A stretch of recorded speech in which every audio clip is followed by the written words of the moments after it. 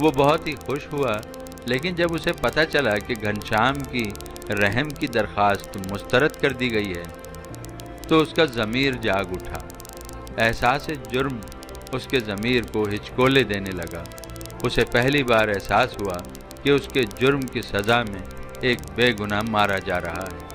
وہ اپنے ضمیر کی ملامت برداشت نہ کر سکا اور جرم کا جو خوف اس کے ذہن پر چھایا ہوا تھا یکسر ختم ہو گیا۔ وہ ریل گاڑی میں بیٹھا اور سیدھا کراچی چلا آیا۔ وہ جس رات کراچی پہنچا تھا اسی رات گھنشیام کو پھانسی دی جانے والی تھی۔ وہ بھاگم بھاگ علاقے کے تھانے دار کے پاس پہنچا اور اسے تمام حقیقت حال بتائی۔ تھانے دار اس کی بات سن کر عجیب طرح کے شش و پنج میں پڑ گیا۔ اس کی سمجھ میں نہیں آ رہا تھا کہ وہ کیا کرے۔ اصل مجرم ظاہر ہو چکا تھا اور اس کے ظاہر ہونے سے قتل کے اس مقدمے کی نوعیت بالکل ہی بدل گئی تھی۔ اگر وہ اب اصل مجرم کو قانون کی گرفت میں لیتا ہے تو اس کا مطلب یہ ہوا کہ اس نے مقدمے کی صحیح تفتیش نہیں کی اور اس طرح غلط کارروائی کے جرم میں اس کی نوکری جانے کا بھی خطرہ تھا۔ لیکن دوسری جانب اس کا ضمیر اس بات پر اصرار کر رہا تھا کہ جب اصل مجرم ظاہر ہو گیا ہے تو بے گناہ گھنشیام کو موت کی سزا کیوں ملے، کیونکہ وہ جانتا تھا کہ یہ تو صرف دنیاوی معاملات ہیں جن سے بآسانی نپٹا جا سکتا ہے، لیکن اگر واقعی گھنشیام کو پھانسی ہو گئی اور روز محشر گھنشیام نے اسے پکڑ لیا تو وہ اپنے خدا کو کیا منہ دکھائے گا۔ یہ سوچ کر بالآخر تھانے دار نے اپنے ضمیر کے آگے ہتھیار ڈال دیے۔ اس نے گھنشیام کو بچانے اور اصل مجرم کو کیفر کردار تک پہنچانے کا فیصلہ کر لیا۔ اس مقصد کی خاطر اس نے رحیم بخش کا حلفیہ بیان قلم بند کیا اور اسے لے کر ڈسٹرکٹ مجسٹریٹ کی عدالت کی طرف چل دیا۔ عدالت کا وقت ختم ہو چکا تھا۔ دفتر کے لوگوں سے پتہ چلا کہ ڈسٹرکٹ مجسٹریٹ باہر گئے ہوئے ہیں۔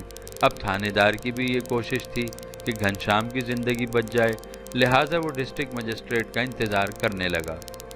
وقت گزرتا رہا اور دفتر والے بھی گھر جانے لگے، جس کا مطلب یہ تھا کہ اب مجسٹریٹ صاحب دفتر میں نہیں آئیں گے۔ تھانے دار نے ایک شخص سے مجسٹریٹ کا پتہ لیا اور رحیم بخش کو ساتھ لے کر ان کی طرف چل دیا۔ اس وقت سب سے اہم مسئلہ گھنشیام کی زندگی کو بچانا تھا اور تھانے دار جانتا تھا کہ فوری طور پر پھانسی کو صرف ڈسٹرکٹ مجسٹریٹ ہی رکوا سکتا ہے اور وہ یہ انتہائی اقدام اسی وقت کر سکتا ہے جب کہ اس کے پاس پھانسی والے شخص کے بارے میں کوئی ٹھوس ثبوت موجود ہو۔ تھانے دار کے ساتھ رحیم بخش ایک ایسے ثبوت کے طور پر موجود تھا جو کہ خود اپنے جرم کا اقرار کر رہا تھا، لہٰذا وہ اسے ساتھ لیے ڈسٹرکٹ مجسٹریٹ کی رہائش گاہ پر پہنچ گیا۔ جس وقت تھانے دار اصل مجرم کو لے کر ڈسٹرکٹ مجسٹریٹ کے بڑے سے مکان میں داخل ہوا تو رات کی سیاہ چادر پھیل چکی تھی۔ نیلے آسمان پر ستارے جگمگا رہے تھے، لیکن رحیم بخش کی قسمت کا ستارہ تاریک تھا۔ ڈسٹرکٹ مجسٹریٹ کے اردلی نے بتایا کہ صاحب کھانا کھا کر باہر نکل گئے ہیں۔ تھانے دار اور رحیم بخش یہ سن کر بہت مایوس ہوئے، لیکن انہوں نے باہر برآمدے میں بیٹھ کر انتظار کرنے کا فیصلہ کر لیا۔ اس عرصے میں رحیم بخش پر اضطرابی کیفیت طاری رہی۔ کبھی وہ اٹھتا اور بے چینی سے ٹہلنے لگتا، کبھی وہ بیٹھتا اور پھر فوراً ہی ٹہلنے لگتا۔ ایسا معلوم ہوتا تھا جیسے وہ سخت ذہنی الجھن میں مبتلا ہے۔ رات کو تقریباً 12 بجے ڈسٹرکٹ مجسٹریٹ کی گاڑی کوٹھی میں داخل ہوئی اور جب انہوں نے برآمدے میں ایک پولیس افسر اور عام شہری کو بیٹھا دیکھا تو گاڑی سے اتر کر انہی کی طرف چلے آئے۔ تھانے دار نے سلام کرنے کے بعد انہیں رحیم بخش سے متعلق تمام تفصیل بتائی۔ ڈسٹرکٹ مجسٹریٹ نے بھرپور نظروں سے جائزہ لیا اور پھر بڑی ہی حقارت سے بولے، یہ جھوٹ بکتا ہے۔ رحیم بخش ہاتھ جوڑ کر بولا، حضور، ایک ہندو کے لیے میں جھوٹ نہیں بول سکتا، لیکن کیا کروں، میرے دل سے یہ آواز نکلتی ہے۔ کہ تو بزدل ہے، قتل تو نے کیا ہے اور سزا ایک بے قصور کو مل رہی ہے۔ جب سے مجھے یہ معلوم ہوا ہے کہ گھنشیام اب نہیں بچ سکتا، میرا سکون تباہ ہو کر رہ گیا ہے۔ خدا کے لیے میرا یقین کریں، سلیمان کو میں نے قتل کیا ہے، میں نے، کیونکہ اس نے میری بہن کی زندگی برباد کر دی تھی۔ وہ سہاگن ہو کر بھی بیوہ کی طرح زندگی گزار رہی تھی۔ آخری جملے پر ڈسٹرکٹ مجسٹریٹ چونکا۔ اس نے رحیم بخش کا سر سے لے کر پاؤں تک جائزہ لیتے ہوئے پوچھا، سلیمان کا تیری بہن سے کیا تعلق تھا؟ جواب میں رحیم بخش نے شروع سے آخر تک کے واقعات سنا دیے۔ ڈسٹرکٹ مجسٹریٹ نے بڑی ہی توجہ سے واقعات سنے۔ اس کی دوران ملازمت بارہا ایسا ہوا کہ قتل یا چوری کا اصل ملزم عین وقت پر ظاہر ہوا۔ یہ انسان کی فطرت ہے کہ وہ جرم کرنے کے بعد قانون کے ڈر سے روپوش ہو جاتا ہے، لیکن جب اس کے بجائے کسی بے گناہ کو سزا دی جاتی ہے تو اس کے اندر کا سویا ہوا بہادر انسان جاگ اٹھتا ہے۔ اور اس وقت بھی ایسا ہی تھا، لیکن وہ نفسیاتی طور سے چاہتا تھا کہ رحیم بخش کے جذبات کو اس قدر مشتعل کر دے کہ مقدمے کی دوبارہ سماعت کے دوران وہ کہیں بھی انحراف نہ کر سکے۔ یہی وجہ تھی کہ اس نے تھانے دار کو معنی خیز انداز میں آنکھ سے اشارہ کیا اور یہ کہتا ہوا اندر چلا گیا، یہ گھنشیام کو بچانا چاہتا ہے۔ اس کے جانے کے بعد رحیم بخش چند لمحہ بند دروازہ تکتا رہا، پھر اس پر ہذیانی کیفیت طاری ہو گئی اور وہ زور زور سے چلانے لگا، گھنشیام کوئی میرا رشتہ دار ہے جو اسے بچاؤں گا؟ ارے وہ بنیا کیا کسی کو قتل کرے گا؟ سلیمان اس کی نہیں میری بہن کا شوہر تھا، سلیمان کو میں نے قتل کیا ہے۔ تم لوگ مجھے نہیں پکڑ سکتے ہو؟ اپنی عزت بچانے کے لیے اس بے قصور کو سزائے موت دے رہے ہو۔ اور اس کے علاوہ بھی وہ نہ جانے کیا کیا کہتا رہا۔ اندر کمرے میں ڈسٹرکٹ مجسٹریٹ خاموشی سے کرسی پر بیٹھا سنتا رہا، اور جب اسے پوری طرح یقین ہو گیا کہ اب اصل قاتل اپنے بیان سے کبھی بھی نہیں پھر سکے گا اور وہ شدت احساس جرم کی وجہ سے ہر سزا کو قبول کر لے گا، تو اپنے کمرے سے باہر نکلا۔ رحیم بخش نے اسے دیکھتے ہی پاؤں پکڑ لیے۔ ڈسٹرکٹ مجسٹریٹ نے اسے ڈانٹتے ہوئے کہا، میرے پاؤں چھوڑو اور یہ بتاؤ تم نے اسے کس طرح قتل کیا تھا؟ رحیم بخش نے منوان وہی بیان دہرا دیا جو کہ وہ تھانے دار کو لکھوا چکا تھا۔ ڈسٹرکٹ مجسٹریٹ نے بیان پر اس کے دونوں انگوٹھے لگائے اور دبدبے سے بولا، اگر تیرا بیان غلط ہوا تو ساری عمر کے لیے جیل بھیج دوں گا۔ یہ دو زندگیوں کا معاملہ تھا، ایک کو موت کی تمنا تھی اور دوسرے سے بے قصور زندگی چھینی جا رہی تھی۔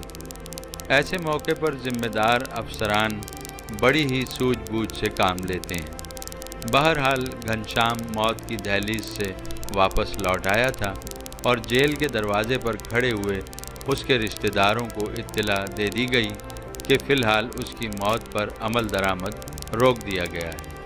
یہ خوشخبری سن کر اس کے رشتہ داروں کی منہ سے حیرت و خوشی سے چیخیں نکل گئیں۔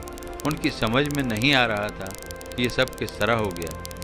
گھنشیام کی بیوی ابھی تک نہیں پہنچی تھی، رشتہ دار اس کے انتظار میں کھڑے رہے۔ وہ صبح صادق کے وقت واپس پہنچی۔ اس کے دل و دماغ پر امید و وہم کی کیفیت طاری تھی۔ اس کا خیال تھا کہ گھنشیام کی لاش باہر کھڑے ہوئے لوگوں کو مل چکی ہوگی، لیکن جب دور سے اس نے رشتہ داروں کو خالی کھڑے دیکھا تو سمجھی کہ لاش کو گھر بھیج دیا گیا ہے اور اب یہ سب اس کے انتظار میں کھڑے ہیں۔ سہاگ اجڑنے کا خیال آتے ہی وہ چیخ مار کر گاڑی میں ہی رونے لگی۔ رشتہ دار دوڑتے ہوئے اس کے قریب پہنچے اور کہا، ارے نیک بخت، بھگوان نے تیرا سہاگ بچا لیا ہے، گھنشیام کی سزا روک دی گئی ہے۔ اس نے جو ہی یہ بات سنی تو ایک لمحے کے لیے سکتہ طاری ہو گیا، جیسے اسے یقین نہ آ رہا ہو۔ پھر دوسرے ہی لمحے وہ خوشی سے اللہ رکھی کہتی ہوئی زمین پر ایسے ہی گری جیسے سجدے میں اللہ کا شکر ادا کر رہی ہو۔ تمام رشتہ دار پریشان ہو گئے کہ یہ اللہ رکھی کون ہے۔ پھر انہوں نے اسے سجدے سے اٹھایا اور پھر سب اپنے اپنے گھروں کو چل دیے۔ وہ صبح ان سب کے لیے خوشی کا پیغام لے کر آئی۔ عدالت میں رحیم بخش کو پیش کیا گیا، جس نے عدالت میں اقبال جرم کر لیا۔ جج نے فوری طور سے گھنشیام کو بری کرنے کے احکام جاری کر دیے۔ گھنشیام رہا ہونے کے بعد سیدھا گھر پہنچا تو تمام رشتہ دار خوشی سے گلے ملے۔ گھنشیام نے بتایا کہ سلیمان کھوسہ کا اصل قاتل اس کا بہنوئی تھا اور اس نے عدالت میں پہنچ کر خود ہی اقبال جرم کر لیا۔ گھنشیام کے آنے سے قبل اس کی بیوی رشتہ داروں کو بتا چکی تھی کہ وہ اپنے شوہر کے کہنے پر اللہ رکھی کے پاس گئی تھی، جو کہ بھگوان کی اوتار ہے، اور اس نے یہ خوشخبری سنائی تھی کہ تیرا سہاگ بچ جائے گا، ابھی اس کے مرنے کا وقت نہیں آیا ہے۔ یہ سن کر تمام رشتہ داروں کے دل میں اللہ رکھی کے لیے عقیدت پیدا ہو چکی تھی اور وہ سب اس کے پاس جانے کی سوچ رہے تھے کہ گھنشیام بھی رہا ہو کر پہنچ گیا۔ گھنشیام نے جب یہ سنا تو وہ قدر ناراضگی سے اپنی بیوی سے بولا، اگر تو شروع ہی سے میری بات مان لیتی اور اللہ رکھی سے مل لیتی تو میں کب کا چھوٹ چکا ہوتا۔ پھر وہ بڑے فخر و غرور سے بولا، تو اسے نہیں جانتی، اللہ اس کی بات سنتا ہے اور اس کی دعا قبول کرتا ہے۔ پھر وہ جوتے سنبھالتے ہوئے بولا، میں پہلے اس کے چرن چھو کر آتا ہوں۔ اسے جاتا دیکھ کر بیوی نے کہا، ٹھہرو، میں بھی چلوں گی۔ اور پھر تھوڑی دیر بعد ہی دونوں میاں بیوی دوسرے رشتہ داروں کے ہمراہ اللہ رکھی کی طرف روانہ ہو گئے۔ وہ سب تخت پر بیٹھے ہوئے اللہ رکھی کا انتظار کر رہے تھے۔ پھر کچھ دیر بعد جو ہی اللہ رکھی دروازے سے نمودار ہوئی، گھنشیام اور اس کی بیوی نے دوڑ کر اس کے قدموں میں سر رکھنا چاہا، لیکن اس نے دونوں کو روک دیا اور تخت پر بیٹھتے ہوئے گھنشیام سے بولی، تم پر اتنی زبردست مصیبت آ پڑی اور مجھے خبر تک نہ دی، مجھے اتنی مہلت ہی نہیں ملی۔ گھنشیام نے خفت سے جواب دیا۔ صبح ہوتے ہی پولیس نے پکڑ لیا، اور پھر تم کسی کے ذریعے ہی اطلاع کرا دیتے، اللہ رکھی نے شکوہ کیا۔ پھر قدرے مسکرا کر بولی، کیا تمہارا مجھ پر ایمان نہیں تھا؟ کیا تمہیں مجھ پر بھروسہ نہیں تھا؟